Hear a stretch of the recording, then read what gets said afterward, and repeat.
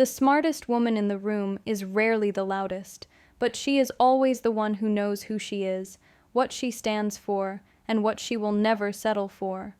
Have you ever felt underestimated, overlooked, or unheard?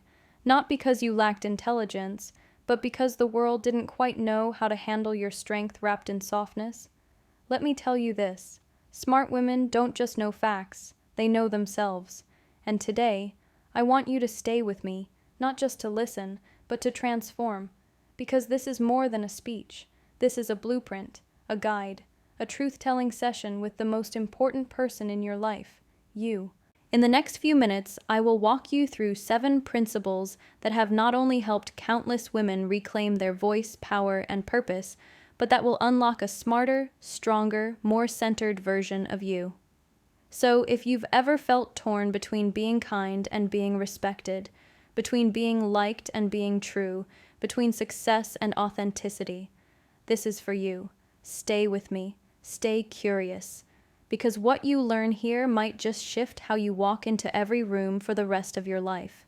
In a world obsessed with productivity, with vision boards and 10-year plans, with hustle culture that glamorizes burnout and praises achievement above all else, it's easy to fall into the trap of chasing goals without ever asking ourselves why we want them in the first place. The pressure to set goals begins early: academic goals, career goals, fitness goals, financial goals. We're taught that goals are the compass, the roadmap, the measure of whether or not our lives are successful, and while goals do have their place, they become hollow pursuits when they are not grounded in something deeper. That deeper anchor is our values. Knowing your values before you know your goals is not just wise, it is essential.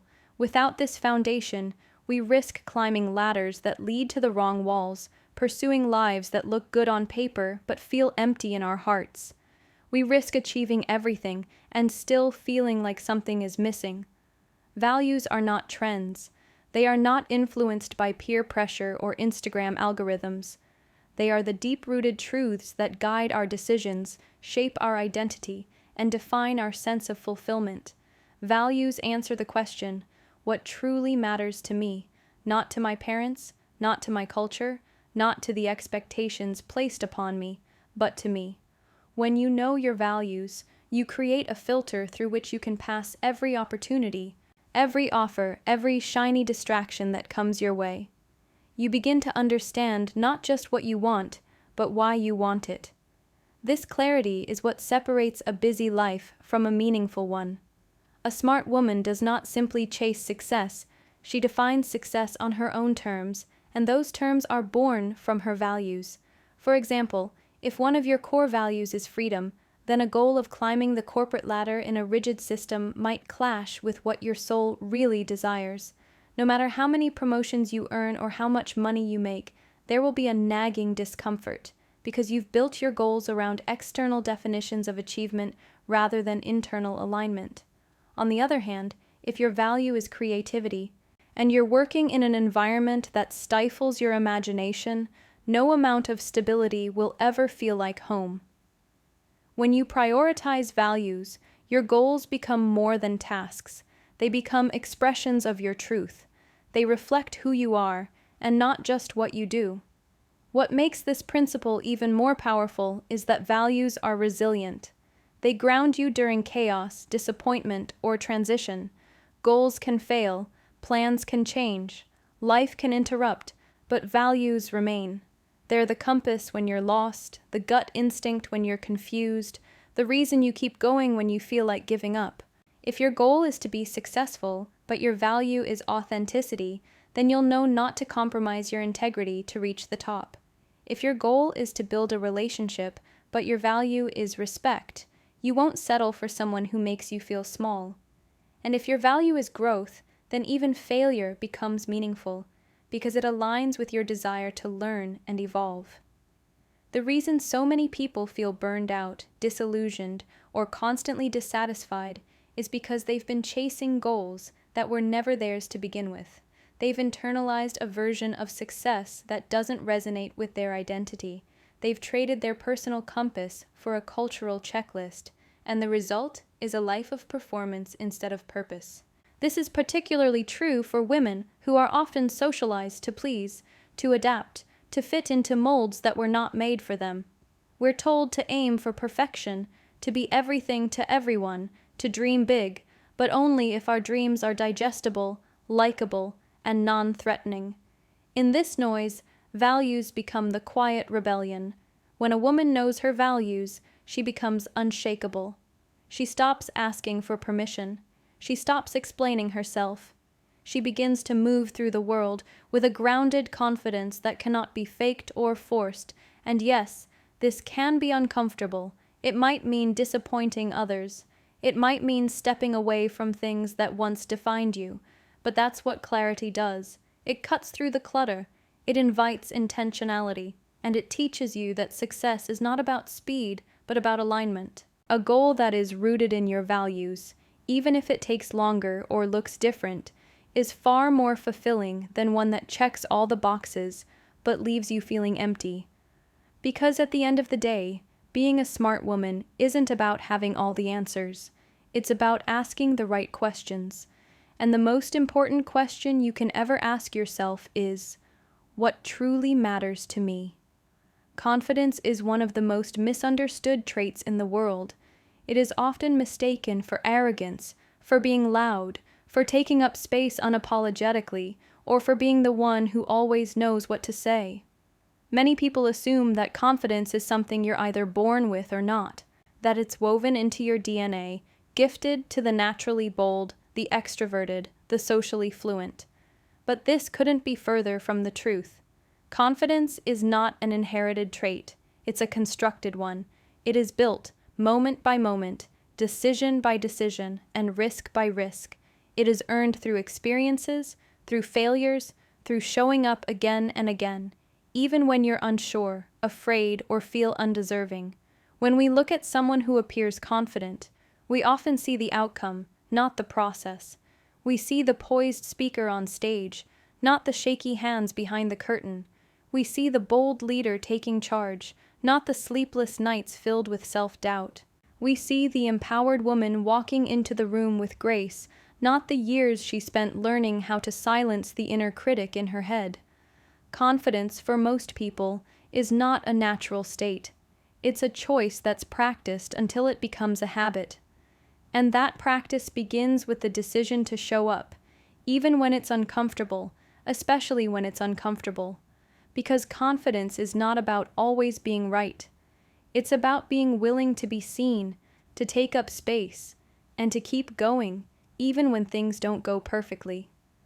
The process of building confidence starts with how you talk to yourself. Your inner voice becomes the foundation.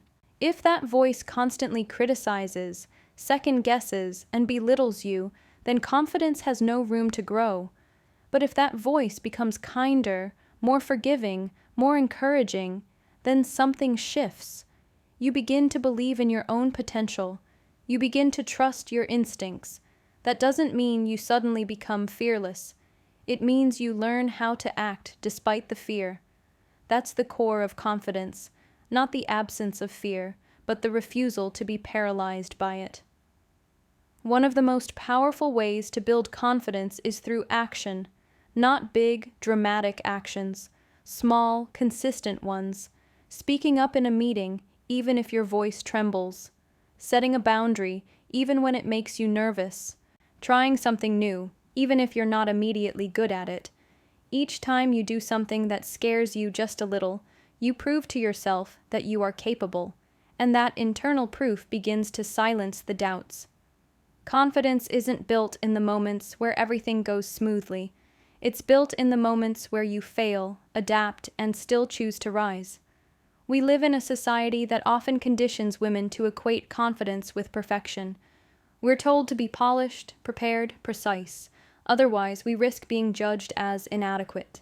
But confidence doesn't come from perfection, it comes from permission. The permission to be messy, to learn out loud, to take up space without apologizing for it. Confidence grows when we stop waiting to be fully ready and start showing up anyway.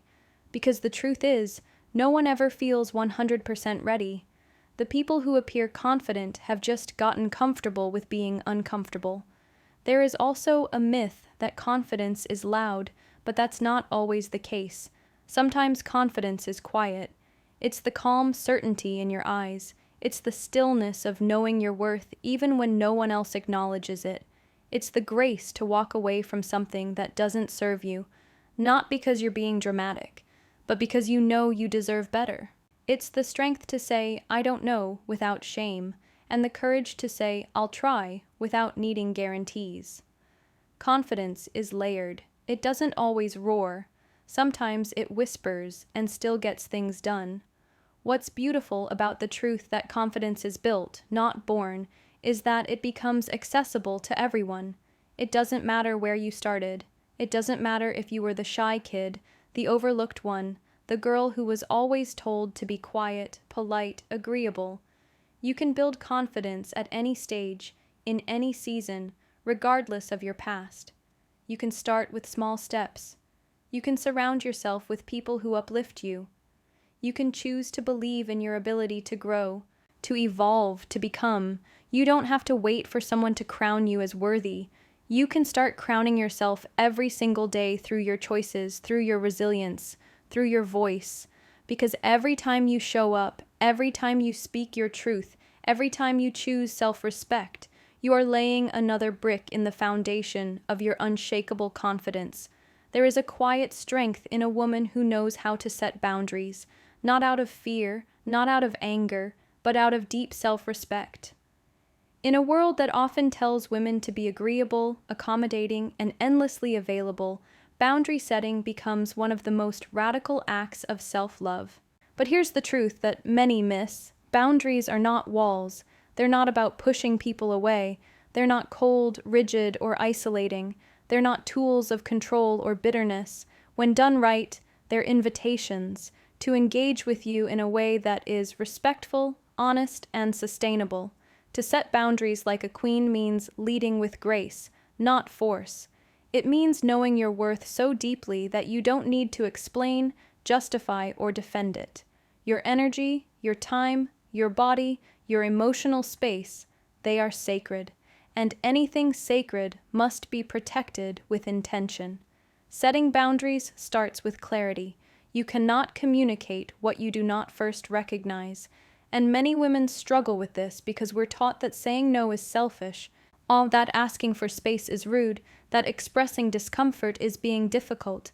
But that conditioning is a lie. It benefits those who want your silence, not your wholeness. A queen doesn't apologize for protecting her peace.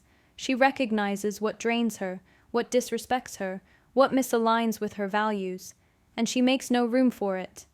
She doesn't wait for someone to hurt her 5 times before she speaks up. She listens to her intuition the first time and honors it like a compass. Boundaries are also not one size fits all. They look different for every person and in every season of life. For one woman, it might be the decision not to answer work calls after 6 p.m. For another, it could be telling her family she won't engage in certain conversations at gatherings. For someone else, it might be walking away from a friendship that has become toxic. The specifics don't matter as much as the principle behind them. This is where I end and someone else begins. This is what I can allow without compromising who I am. It takes courage to express that. It takes emotional maturity to hold the line without guilt, and it takes practice, lots of it, to do so with compassion. But perhaps the most beautiful aspect of setting boundaries like a queen is how it elevates your relationships. When you communicate your needs clearly, you give others the opportunity to meet you where you truly are, not where you pretend to be. And those who love you, truly love you, will respect those boundaries. They won't be threatened by your clarity. They will see it as a reflection of your growth. Healthy boundaries actually deepen connection because they remove resentment. They eliminate the silent buildup of discomfort that so often leads to explosions or withdrawal. A queen doesn't rule in silence. She speaks her truth with elegance and expects others to respond with respect. Still, we must acknowledge how hard it can be, especially for women who were raised to be nurturers. The fear of being disliked, misunderstood, or labeled as too much can be paralyzing, But being liked is not the same as being respected. You can be kind and firm. You can be warm and clear. You can be loving and say no. These things are not in conflict. They are signs of emotional intelligence. And the more you practice, the more you'll find that setting boundaries isn't just about protecting yourself from harm. It's about preserving your energy for the things and people that truly matter. Another misconception about boundaries is that they need to be rigid to be effective. But flexibility is not weakness, it's wisdom. A queen knows that boundaries can evolve. What served her in one season may not be necessary in another. She's not afraid to revisit, revise, and recommunicate her needs. This adaptability doesn't mean she is uncertain, it means she is attentive. She leads herself with awareness, not defensiveness. She doesn't need to build an emotional fortress to feel safe. She builds bridges instead, bridges that are strong, intentional, and designed with love. To set boundaries like a queen is to say, I matter. Not louder than anyone else, not at the expense of anyone else, but simply and unequivocally, I matter. My needs matter. My energy matters. My peace matters. And that is enough reason to protect them. It doesn't require conflict. It doesn't require a dramatic exit. Sometimes it's just a quiet decision, made in your mind and followed through in your actions. A boundary doesn't need to be shouted to be firm. A queen's presence speaks volumes. Her silence carries weight, and her self-respect becomes the blueprint for how others are allowed to engage with her. Emotional intelligence isn't about suppressing emotions or pretending to be unaffected. It's about becoming so intimately familiar with your internal world that you learn to lead yourself before trying to lead anyone else. To master emotional intelligence is to realize that while emotions are deeply human, they do not have to control your behavior, define your reactions, or dictate your worth. It's about creating space between stimulus and response, about understanding what you feel, why you feel it, and how to process it in a way that's not just healthy for you, but safe and empowering for those around you. A smart woman doesn't run from her emotions, nor does she weaponize them. She honors them, studies them, and learns to use them as tools, not liabilities. She knows that clarity doesn't come from pretending to be okay. It comes from being honest with herself first and foremost. The core of emotional intelligence begins with self-awareness. It means being able to sit with yourself and identify what you're feeling without shame or denial. Are you angry or are you hurt? Are you frustrated or are you afraid? Are you overwhelmed or are you feeling unseen? These distinctions matter. Most people don't lash out because they're bad people. They lash out because they don't understand the root of their own feelings. And a woman who can pause and explore her emotional state before reacting gains power. Not power over others, but power over herself.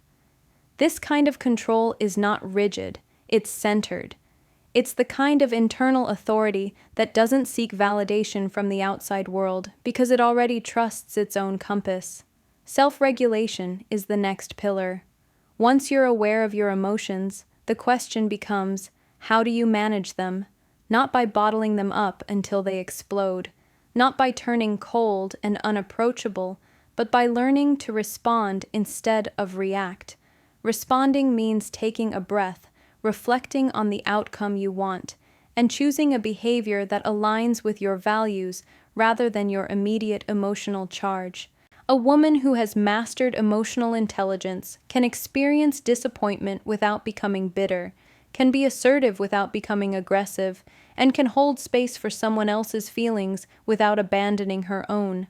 She understands that her emotions are valid, but so is her responsibility to handle them with grace. Empathy is another powerful component, and it isn't just about feeling for others, it's about feeling with them. It's the ability to recognize when someone is hurting, even if they haven't said a word. It's about listening not just to respond, but to understand. Emotionally intelligent women are powerful communicators, not because they always have the right words, but because they're deeply attuned to what's behind the words. They know how to listen between the lines. They're not quick to judge or assume. They give others the safety to be real, to be imperfect, and to be human, and that safety becomes their quiet superpower because people remember how they were made to feel more than what they were told. Another sign of emotional intelligence is social awareness and relationship management. This means navigating difficult conversations without defaulting to blame. It means owning your part in a conflict without losing your sense of dignity. It means knowing how to apologize sincerely and knowing when to walk away when someone repeatedly crosses your boundaries. A smart woman doesn't use emotional intelligence to manipulate others. She uses it to create deeper, more authentic connections. She doesn't avoid conflict for the sake of peace. She leans into it with curiosity and compassion, aiming to understand rather than to win. She doesn't need to dominate the room. She influences it simply by being grounded. It's also worth noting that emotional intelligence isn't a performance. It's not about always being calm or never losing your temper. It's not about being the emotionally perfect woman. That's not realistic, and it's not healthy. Emotional intelligence allows space for vulnerability. It allows room for saying, "I'm not okay today," without guilt. It celebrates growth over perfection. An emotionally intelligent woman knows how to extend grace to herself in the same way she does to others. She understands that emotional mastery is not about control. It's about connection. Connection to self, to others, and to the present moment. Building emotional intelligence requires intentionality. It requires slowing down in a fast-moving world. It requires journaling when you'd rather distract yourself. It requires pausing before replying. It requires asking hard questions like, "Why did that trigger me?"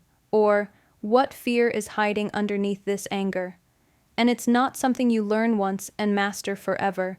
It's a daily practice, a lifelong journey. Because as you evolve, so do your emotional patterns.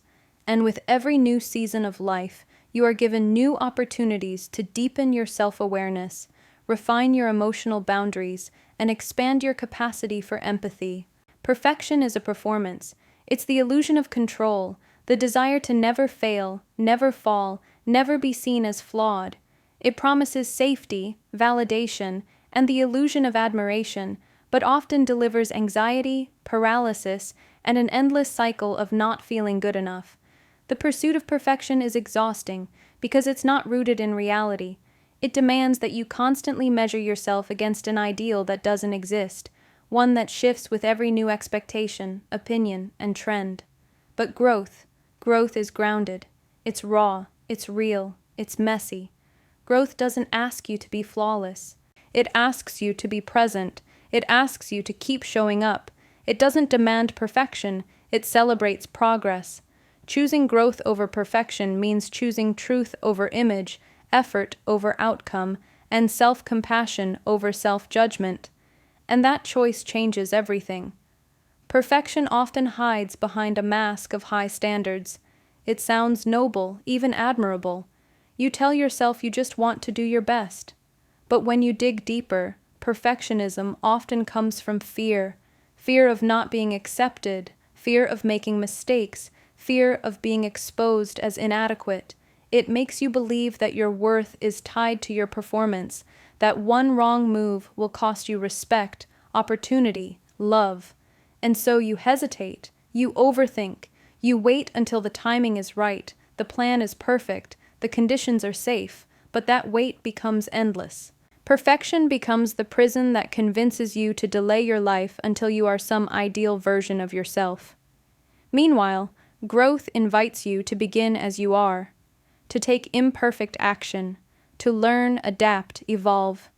Growth doesn't care if you fall. It cares that you get back up. A growth mindset redefines failure. Where perfection sees failure as proof you're not good enough, growth sees failure as feedback, a chance to pivot, a clue for how to do better next time. It embraces mistakes as part of mastery, not signs of weakness. Every accomplished person you admire, every expert, every creator, every leader, they all began with uncertainty, with flaws. With failure, they chose to improve, not impress. They chose movement over maintenance. They didn't wait to be great before they started. They started and got great along the way. That's what growth allows you to do. It frees you from the shame of getting it wrong and instead invites you into the joy of getting better. Perfection demands results. Growth honors effort, and that shift matters. Because when you obsess over results, your self-worth becomes conditional. If you succeed, you feel worthy. If you fail, you feel defeated. But growth detaches your value from your achievements. It says you are enough while becoming more. It lets you celebrate the process. It lets you acknowledge your hard work, even when no one sees it. It reminds you that transformation doesn't happen in a straight line. It happens in spirals. It allows for pauses, missteps, and slow seasons. Growth is not linear, and it doesn't always feel glamorous. Sometimes it feels like unraveling. Sometimes it feels like starting over. But every time you choose growth, you're choosing to believe in your capacity to rise, to learn, to expand. There's also power in recognizing that perfection is rooted in ego, but growth is rooted in humility. Perfection wants to be right. Growth wants to understand. Perfection wants to be admired. Growth wants to be real. Perfection avoids vulnerability. Growth welcomes it. And in that vulnerability is where connection thrives. When you embrace growth, you give others permission to do the same. You stop performing and start relating. You stop competing and start collaborating. You realize that your worth isn't diminished by your flaws, and neither is anyone else's. And that allows you to show up in your life with more grace, more patience, and more authenticity. Choosing growth over perfection also means letting go of the need for external validation. It means not needing everyone to approve, applaud, or agree with your path. It means measuring your success by your inner evolution, not someone else's timeline. You begin to value resilience over reputation. You stop asking, "Did I look good doing it?" and start asking, "Did I grow through it?" You recognize that perfection is a finish line you never reach, but growth is a road you can walk your entire life, a road that makes space for reinvention, for failure, for comeback after comeback, a road that invites you to bloom in your own timing without apology. Perfection may look polished, but it's fragile. Growth may look unfinished, but it's strong, because it's rooted in truth, not performance. Choosing growth means giving yourself permission to be both a masterpiece and a work in progress at the same time. It means replacing self-criticism with curiosity. It means choosing courage over comfort. And it means understanding that the most powerful version of yourself isn't the one who gets everything right. It's the one who keeps going, keeps learning, and keeps becoming. The people you allow into your life are either mirrors or masks. And the difference between the two is everything. Masks conceal, flatter, and appease. They reflect only what you want to see, say only what you want to hear, and often keep you comfortable in illusions. Mirrors, on the other hand, show the truth, not always perfectly, not always gently, but they reflect you fully, with your light, your shadow, your brilliance, your blind spots. To surround yourself with mirrors is to choose relationships that sharpen you, challenge you, elevate you. It means prioritizing honesty over harmony, authenticity over approval. It means letting go of the performance, the need to be constantly affirmed, and allowing people into your life who will hold you accountable to the woman you're becoming, not just celebrate the version you already are. Masks are seductive because they feed the ego. They make you feel liked, validated, safe, but it's a shallow kind of safety. It's the kind that disappears the moment you stop performing. Masks keep relationships surface level. You never really know where you stand because the truth is always diluted. You're not sure if someone supports you because they believe in your potential or because they don't want to upset you, and that kind of ambiguity can rot your growth from the inside out. Because growth requires truth. It requires feedback. It requires someone to look you in the eye and say, "You're better than this," or "You're playing small," or "You're not being honest with yourself." Those moments don't always feel good, but they are the very moments that push you forward, stretch you wider, and root you deeper in who you really are. Mirrors are not cruel. They're clear.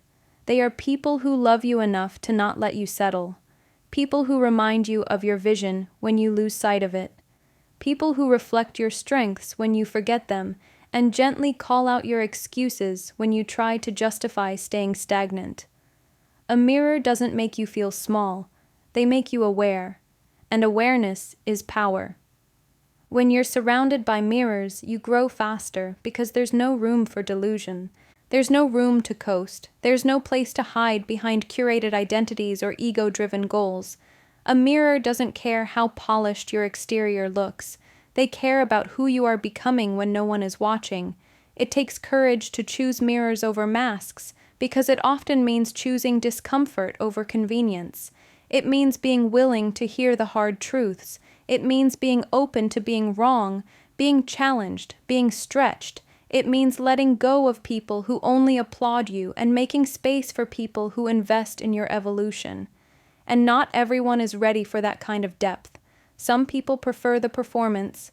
They prefer to stay in environments where their ego is constantly stroked and their flaws are politely ignored.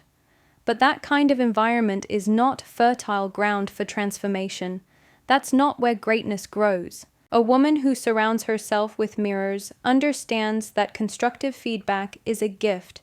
She doesn't flinch when someone tells her the truth. She listens, she reflects, she adjusts. She doesn't seek out people who only praise her.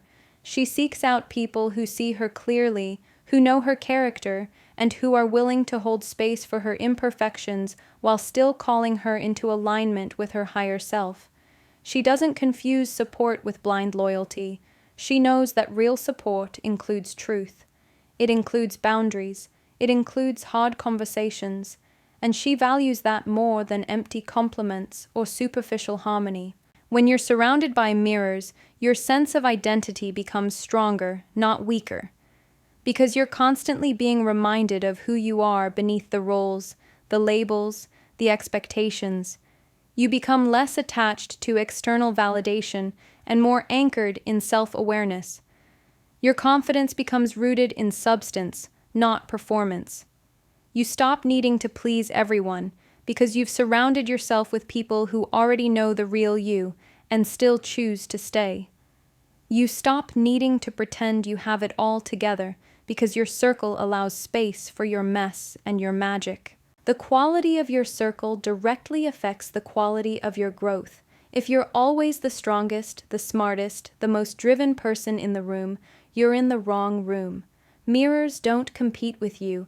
They reflect back the standard you've set and inspire you to rise above it. They push you. They ask better questions. They hold you to your values. They celebrate your wins, but they don't let you use those wins as excuses to stop climbing. A mirror will sit with you in your struggle, but they won't let you romanticize it. They will remind you that healing is not just about understanding your wounds, but also about taking responsibility for your patterns. They will love you through every stage, but they won't let you stay in a version of yourself that doesn't align with your purpose.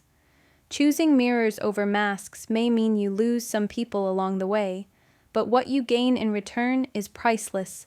Depth, alignment, authenticity, and an unshakable commitment to your evolution.